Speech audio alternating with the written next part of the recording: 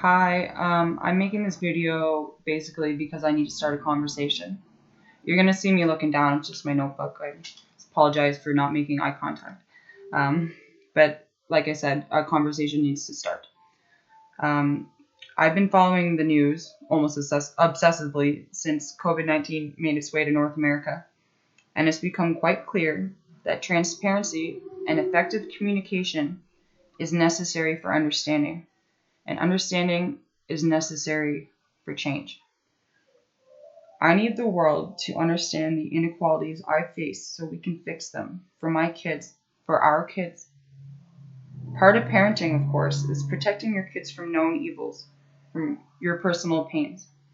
However, the hardest hitting and longest lasting pains in my life are in regards to the inequalities I felt for being a woman.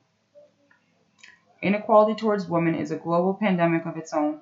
There has never been a woman ever in history, ever, that has not been subjected to some form of sexual abuse, sexual inequality in one form or another. Equality is a luxury we don't have. None of us around the world and in our communities. I live in Canada, a country I am so proud to say is ranked number one for 4 consecutive years for best quality of life. And yet our society still is littered so vastly and so deeply with these inequalities because of standards and societal norms currently in place that suppress the will and the voice of women. Our lives are not equal to the lives of men, even in Canada. If I can't find sexual equality in Canada, I'm pretty sure I'm not going to find it anywhere. Rape and sexual assault is something, even as a Canadian woman, it is a real life fear that I always have to keep in the back of my mind for my own safety.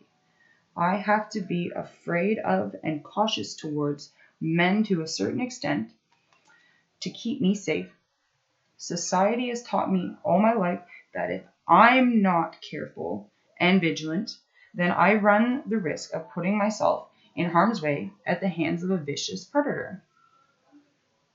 What's been taught is that my actions determine whether or not I become a victim of sexual assault.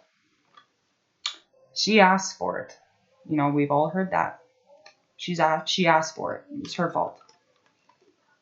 In high school, the girls, not the boys, just the girls, were provided a self-defense class. At the time, I thought that was awesome, to have the opportunity to learn and defend myself from a physical attack. Now, I see it wasn't awesome. It's awful. I live in a world where the administration feels it's necessary for young girls to receive combative training because there is a high chance that they at some point in their lives will be attacked, victimized, assaulted, or even murdered. Now I feel like the self-defense class was a way for society to say to us young girls, hey look, we're doing something for you, got your back. But the fact is, the problem of sexual assault and rape is being addressed at too late of a stage. We need to find the source of sexual assault and confront it head on before a physical attack ensues. We need to start recognizing exactly what sexual assault and rape looks like, and it has many faces, many faces.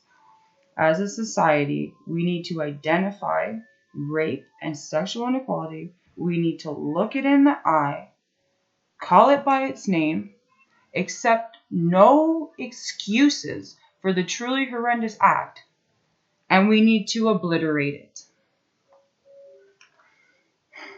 In order to properly identify and understand why and how sexual assault happens, we need to hear from victims. We need to hear your voices.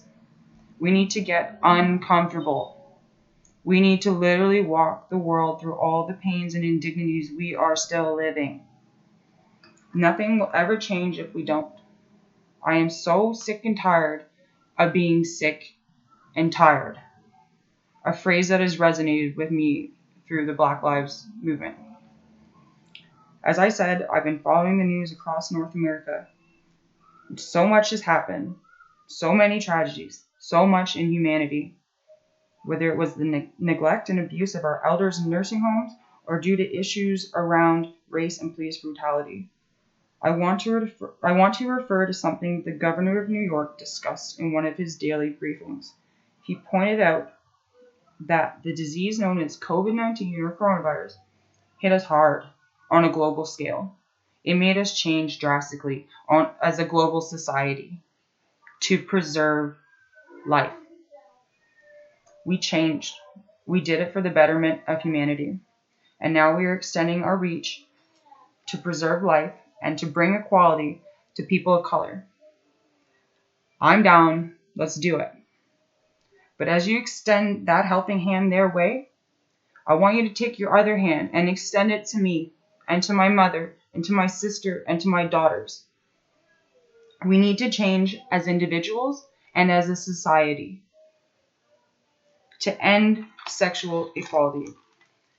And the spectrum really ranges here from one end being workplace inequality, perceived gender roles, but then all the way over again to sexual assault, abuse, rape, murder.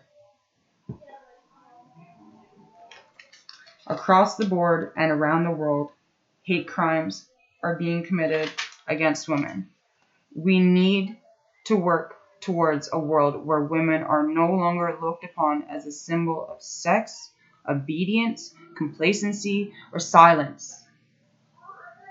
I cannot accept that I live in a world where as my daughters grow, I will have to teach them to be vigilant towards predators and teach them how to defend themselves against such horrendous inequalities apparent in the lives of women. I cannot accept that as my son grows, I'm going to have to teach him about the abuse of women, but also simultaneously try to deflect the societal norms surrounding and endorsing the mistreatment of women, the mistreatment of his sisters. My reality is fear that my daughters will become victims, and in turn fear that my son could become a villain. So please, I've broken the ice on the subject now. Let's start the conversation. Let's start the fight to end sexual inequality on a global basis. There is a momentum to change being felt across North America and the world. Let's use it. We can do so much better. Women matter. Now, as I said, I've broken the ice, but we need to hear the voices of the victims. We need your stories. We do. I'm going to provide a follow-up video or videos sharing the specifics of my story to set an example.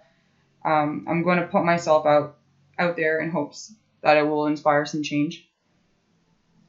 I'm going to provide an email for anyone who needs a shoulder or an ear or a hand.